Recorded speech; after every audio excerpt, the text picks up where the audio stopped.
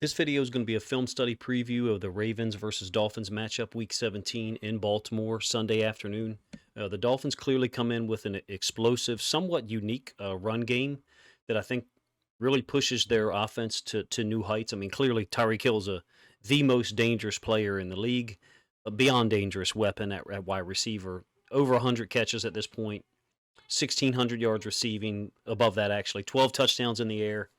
He's also got 2 rushing touchdowns, which gives the Dolphins a league-leading 26 touchdowns on the ground, most of which is from Raheem Mostert, 31-year-old running back who formerly played with the 49ers. I think came over to the Dolphins the same time that McDaniel did. Mostert's got 18 touchdowns and over 1,000 yards rushing, while rookie Devon Achane, has over 600 yards rushing while averaging 8.1 yards per carry. Those are just obscene numbers by those guys. The touchdowns by Mostert and then the yards per carry by Achane. The only team that can really match it is the Ravens, who, despite leading the NFL in total rushing yards at nearly 2,400, the Ravens don't have that instant scoring threat on basic run plays like the Dolphins really have 2 of those guys, Mostert, Achane, and even Tyreek Hill on reverses. Now, the potential losses of Kyle Hamilton and Brandon Stevens clearly could tip the scales in terms of what the Dolphins offense focuses on doing. If the Ravens pass defense is that weak, the Dolphins may throw the ball more. They may throw the ball more early. I'm not sure that last year's game in Baltimore really gives us a clue as to what this one will look like on either side. I think both teams are clearly way better defensively than they were at that point last year. The Dolphins have a much more sound defensive scheme, balanced, if you will. Missing Hamilton and Stevens could have a huge impact. I wish I had time to get out a video on Kyle Hamilton this week. I feel like it's stealing people's time because you could do a pseudo highlight reel of Kyle Hamilton every week. He's just played that well, particularly last week against the 49ers. What I want to do here is go over 3 major elements of the Dolphins' run game and hopefully show how important or imperative it is for the Ravens defense to, first of all, avoid giving up the big run. Don't give up touchdowns. Don't give up a 60, 70-yard touchdown that both of those guys can generate, but also limit the first down runs, and thereby hopefully funnel down Mike McDaniel's options for play calls on 2nd and 8 and 3rd and 6, and really open up the net of possibilities for Mike McDonald in terms of his coverage calls. That's his time. That's his thing, the 3rd and 6. Get the quarterback in that crucible where they're trying to process things post-snap quickly, and by the time they've done so, the pass rush is there, or windows to throw the ball into have closed. So the 3 elements I want to cover are based off of 4 games of film that I used. Took me a little bit longer to get it done. Usually I like to have these done on Saturday mornings, but increasingly it's getting very difficult. I picked 2 games from earlier in the year and 2 from later on. So the games that I'm going to use film from is against the Broncos and Giants from weeks 3 and 4. And then the Commanders and Titans here in the last month. Now that Titans game is an interesting one in terms of the Dolphins run game. You do have I think a 39-yard run callback for a penalty for the Dolphins. Perhaps another one callback in that game as well, like 15, 18-yarder. But they did get to 158 yards rushing against the Titans in that game. I, however, thought the Titans strung things out well, consistently in that game. There's a number of 2, 3, 4-yard gains in this game on first down or second down run downs for the Dolphins that I thought limited their next play call, kind of revealed the Dolphins' hand on 2nd and 8, 2nd and 7 to the Titans.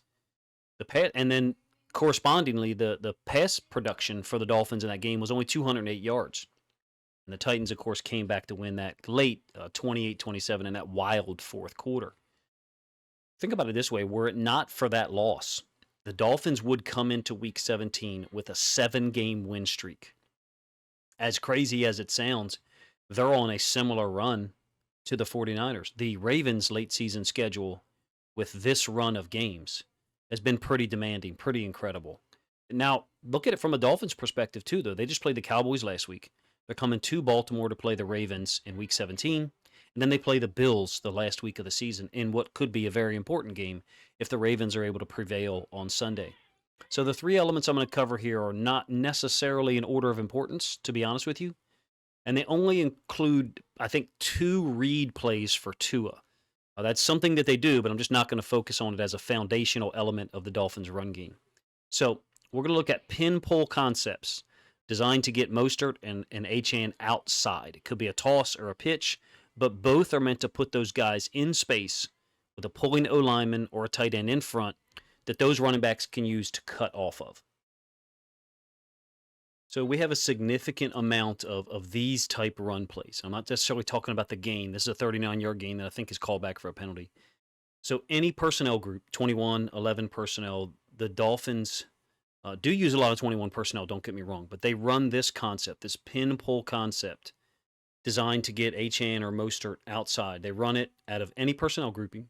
They run it out of pretty much any formation with Mostert or Achane at running back. Sometimes those two guys are on the field together, and you see them giving high effort, if you ask me, to block for each other.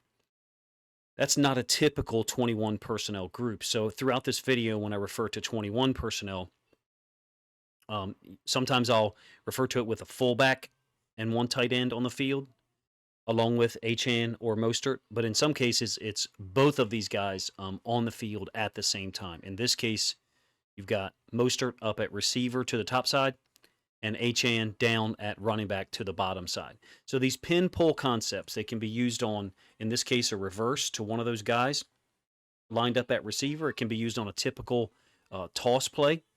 So I think it's a foundational element of their run game. I really do. And I think it's the type of play that is designed to get those guys outside and take advantage of their speed. There's no consistent platform by which you're seeing them run out of here. It's to the field. It's to the boundary. It's an extremely dangerous play, if you ask me. Here's a typical 21 personnel with an atypical blocking scheme and alignment. I do suspect or wonder what the tendencies are for run pass when the fullback is on the line like this and the tight end is next to them here. But I have no idea. I'm sure there's complementary plays built into it. And this is not a mistake by Tua at all. They consistently do this open opposite of the flow of the running back and then pitch it back against the green. And you can see the pin pull nature of it. This is a 12-yard gain for Mostert against the Commanders. Touchdown for Achane to the left side, top side of our screen out of 11 personnel. You can see the motion back. I think that's Berrios, but I could be wrong. And again, you can see the pin nature on the outside linebacker, the pull with, I think that's Armstead, I believe. And then Berrios out there leading. Achane's going to break a couple tackles, run through contact, and get into the end zone. This is a foundational element of their run game, and you can't blame them. It's a smart decision by their head coach. They do have a lot of smaller position players at the receiver and running back position, but speed is clearly at a premium. They're probably the fastest offense in the league. If they're not, they're certainly one of the top 2 or 3.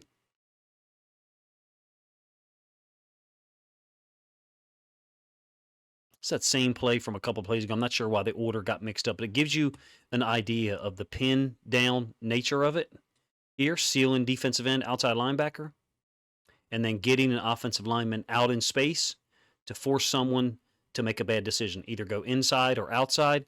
One of the things that I have seen on a lot of these big runs is force defenders, nickel safeties, whatever. In this case, 47 appears to be a linebacker. To me, being given no good option. He shoots inside here. The offensive lineman's able to get a piece of him. People were arguing for a hold in one of the videos I watched, but nonetheless, there's really not a good option for the linebacker here. You want to, I would say, the best option is take the outside path, force them inside. But that lineman out in space with such size and strength is going to expand most nickel defenders, most safeties, and even most linebackers. So if and when you do go outside, what looks like it would be a smaller gap in here is going to get expanded some horizontally and let those guys read it. I think it's a extremely dangerous concept. They're very efficient with it. I respect the heck out of it. It's fun to watch. Well, it's fun to watch for before the Ravens were lining up to play them, I should say. The thing that's interesting about this one is in terms of running it to the field, where Kyle Hamilton presumably will be if he plays. I'm of the opinion that if he's not able to practice, but most of this week's practices was walkthroughs, that they should take a serious look at limiting his his snaps and or holding him out altogether. And I would even offer to you that if we get to halftime, if Hamilton plays, if we get to halftime, regardless of score, it might be a good idea to get Kyle Hamilton out of there. Certainly, in hindsight, you would say that last week against the 49ers, up 3 touchdowns in the fourth quarter, probably would have been a good idea to get Kyle Hamilton off the field. So, all right, let's take a look at one from 21 personnel, a typical version of 21 from a personnel standpoint, but atypical from an alignment standpoint. The fullback 30 is actually lined up at slot tight end, and the tight end is lined up at fullback. I do suspect that there's some interesting patterns here in terms of the fullback being used at the point of attack. There is actually no pin pull down here from an offensive line standpoint.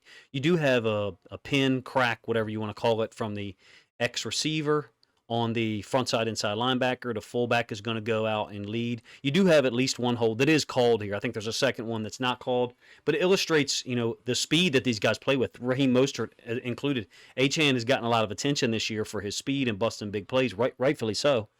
He's just like Keaton Mitchell. He can bust a simple run play for a 70-yard touchdown. But Mostert still retains a lot of the speed that he had when the 49ers came to Baltimore and played in 2019. Now, that was a rainy day, but Mostert's always been a guy that plays with a lot of speed and a lot of burst. Somewhat more typical version of it, except for the motion by the running back pre-snap. Dolphins use a lot of this motion. I'm not sure what Mike McDonald and the defense are quote, going to do with this stuff, because they will return the running back against the grain and run stuff back in this direction. I think you see one aspect or one example of that in this video, but you can very clearly see the pin pull nature of it with the tight end pinning down on the DN outside linebacker, the left tackle pulling to get out in space. These smaller guys out in the edge do a nice job of trying to block. Achane and Mostert clearly are very difficult to tackle when they get to the line of scrimmage completely untouched, which is part of the scheme of this play, if you ask me, has always been to get, it's a toss basically, even though it's a pitch on this particular iteration, is to get these guys out in space at or to the line of scrimmage, near the line of scrimmage, I should say, without being touched. Use their athleticism on safeties, linebackers, or unblocked corners to be able to generate big plays. I did not think that the Giants' run defense looked solid at all. It's very weird to watch a Wink Martindale defense look this, I hesitate to use this word, but I think I have to, this soft against the run as some of the film that I saw. So 21 personnel. Again, fullback is going to be the motion guy. This is your typical tight end. Look at the alignment of those two guys. Kind of tells you, who's going to go in motion before they do so. And it's an actual toss play. In this case, it's 11 yards for Mostert, who's always been underrated, if you ask me, after contact. Again, I recall seeing him run against the Ravens in 2019 and just being incredibly impressed with him. But look at where the line of scrimmage is. It's the 47. And look at Mostert getting past the line of scrimmage, or to it in this case, before he's having to make any kind of cut. If that's what the Ravens do in terms of resistance, in terms of the running backs getting to the line of scrimmage on these pitch plays, toss plays, it's going to be a very long day.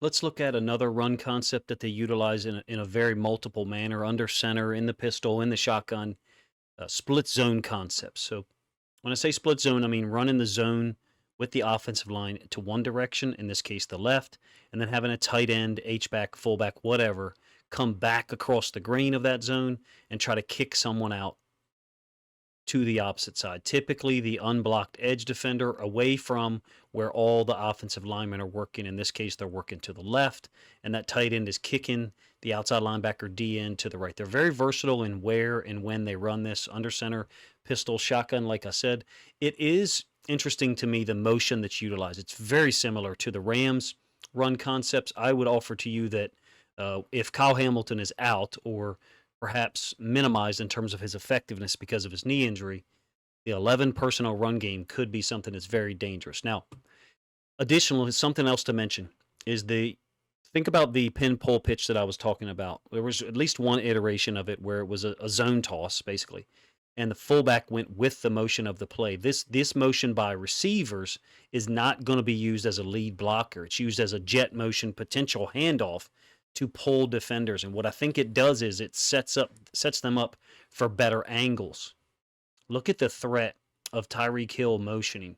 I mean, you have the nickel defender absolutely abandoning any possibility of playing a run to run out in the flats and defend Tyreek Hill, whether it's a jet to him, a potential pass play. Teams are picking their poison, and that's smart on Mike McDaniel's part and the entire offensive staff, to use a threat like Tyreek Hill to pull defenders out of the box and then run up inside of that. Give you the end zone angle so you can see what I mean. My apologies. I thought I gave you the end zone angle. This is a pistol version of split zone that's actually, if you ask me, more akin to a read play. And I say that because of the back's downhill path. It's out of 11 personnel, so you do have potential motion being used. I think Barrios, again, as a pitch player, if Tua was to keep it. You can see the zone nature of the offensive line all working in that direction. Tight end going to kick out the edge defender, and then Tua, and you get the end zone. I think you will get the end zone angle of this one. It only goes for 4 yards, but the path of the running back tells me, my apologies, I don't know why the plays are skipped in order there. Forgive me for that. This is the end zone angle of that pistol play. You can see the path of the running back right down the midline, and a very clear mesh. Tua could be reading that. He could be told pre-snap just to give it. Point is, the Ravens are going to have to be able to defend a very multiple and versatile run game that includes some elements of the option. Now, whether we would force Tua to keep it, I offer to you, I don't know. If he's going to run the option to his right, I would say go ahead and force him to keep it. If he's going to run the option to his left, we may want to force a give read. That's a very simplistic way of looking at it that I'm sure Mike McDonald, Roquan Smith, and the defensive guys will have a better way to handle it in terms of explaining it to each other. Finally, out of the shotgun, split zone concept out of 11 personnel. Downhill with the ball on the right hash ends up being a 20-yard touchdown for Mostert, who I think leads the league with 18 rushing touchdowns. They've got 2,000 rushing yards on the season, a little over 2,040, I believe. Not there with the Ravens in terms of total overall yards, but they have 74 less carries, I believe. So both teams are averaging the same amount of yards per carry, exactly 5, or right around 5. You can see the same thing happening here. The tight end was lined up with his feet over on this side. He came across the formation, kick out the edge defender, offensive line running zone here, and the linebackers nowhere to be seen. They've got guys in their face immediately. Mostert is a downhill guy and a speed guy at the same time. Devon Achane, I think, is a different level of speed, just like Keaton Mitchell was.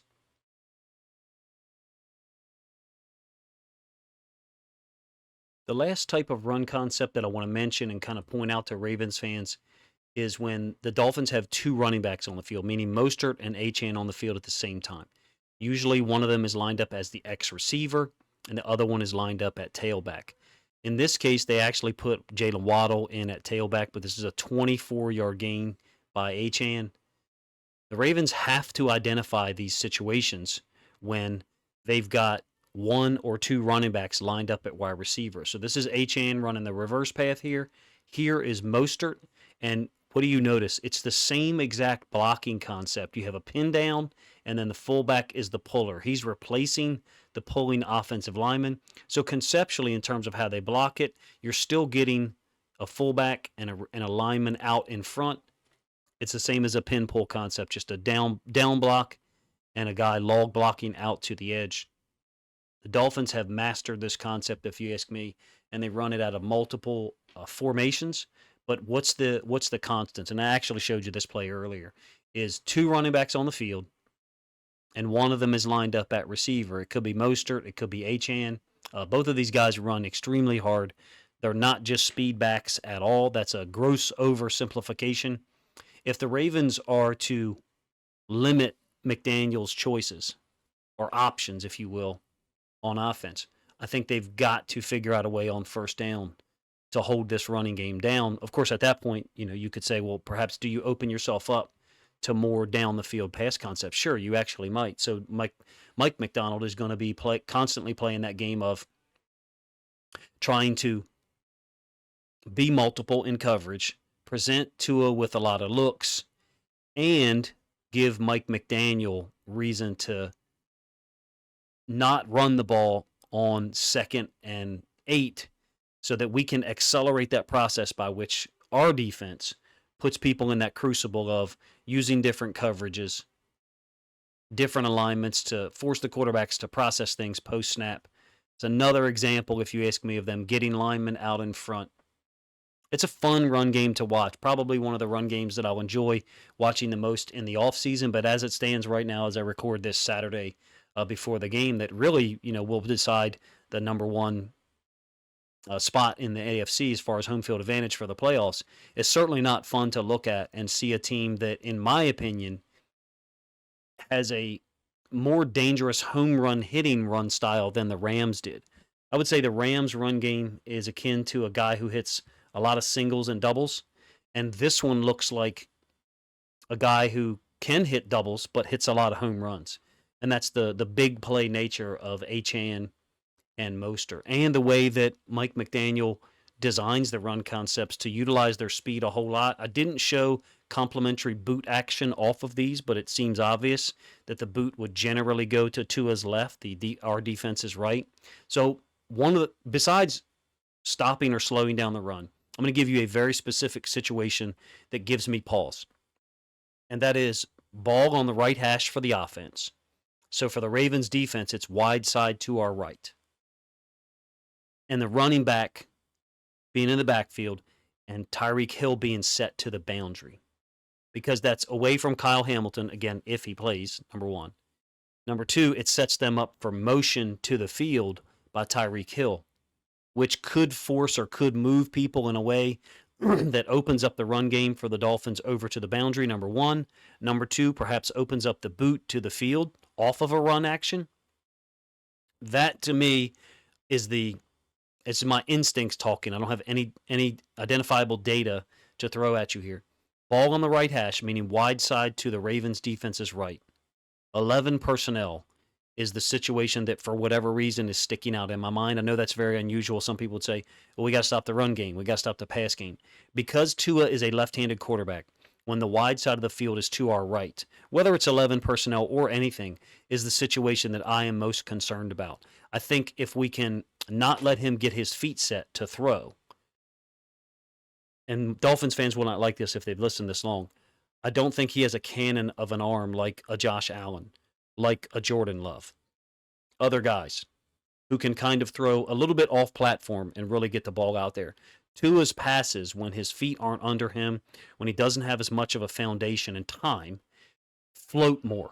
That's an oversimplification again, but I look at him as the reverse of our team, which was for years a right-handed football team when it mattered, and this one to me looks like a left-handed football team, and I'm concerned about the wide side to our right, especially if Kyle Hamilton doesn't play. In terms of the run game, I look at our edge defenders not getting pinned down as much, and I thought that there was two examples of us not doing a great job against the 49ers, but Clowney played fantastic against the run, and I think we're going to need him on the field often this week to kind of shut down that off-tackle stuff. And if the Dolphins want to run to the outside, we've got to prove that we've got guys who can run at angles and tackle Mostert and Achane out in space, which so far this season, most teams have not been able to do. Dolphins only have one loss at home, 3 losses on the road. Of course, the big one to the Bills, I think 48-20, but that's an anomalous game at this point, if you ask me. This looks like to me it's going to be another really difficult game for either team to get separation in, unless you can get turnovers.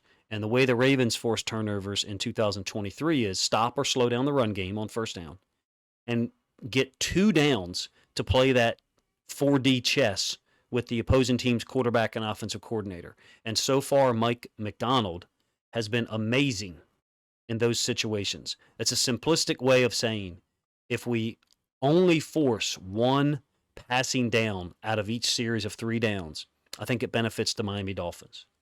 If we're able to force or encourage 2 passing situations to give our defense, or Mike McDonald, our DBs, our linebackers, to give them 2 downs to potentially disrupt passing lanes, to get to the quarterback and create pressure, it creates more situations for us to possibly generate turnovers.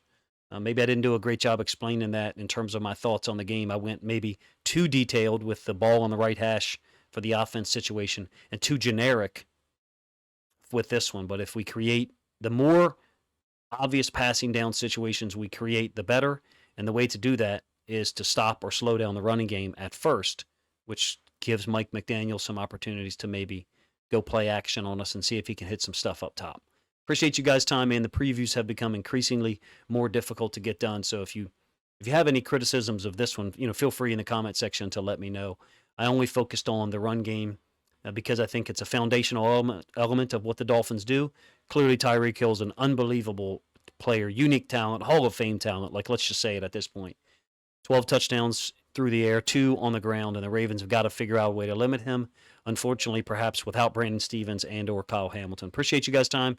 If you think other Ravens fans would enjoy this preview look at the AFC showdown in Week 17 in Baltimore, then please consider grabbing a link to this video, sharing it on social media so that other Ravens fans can enjoy it too.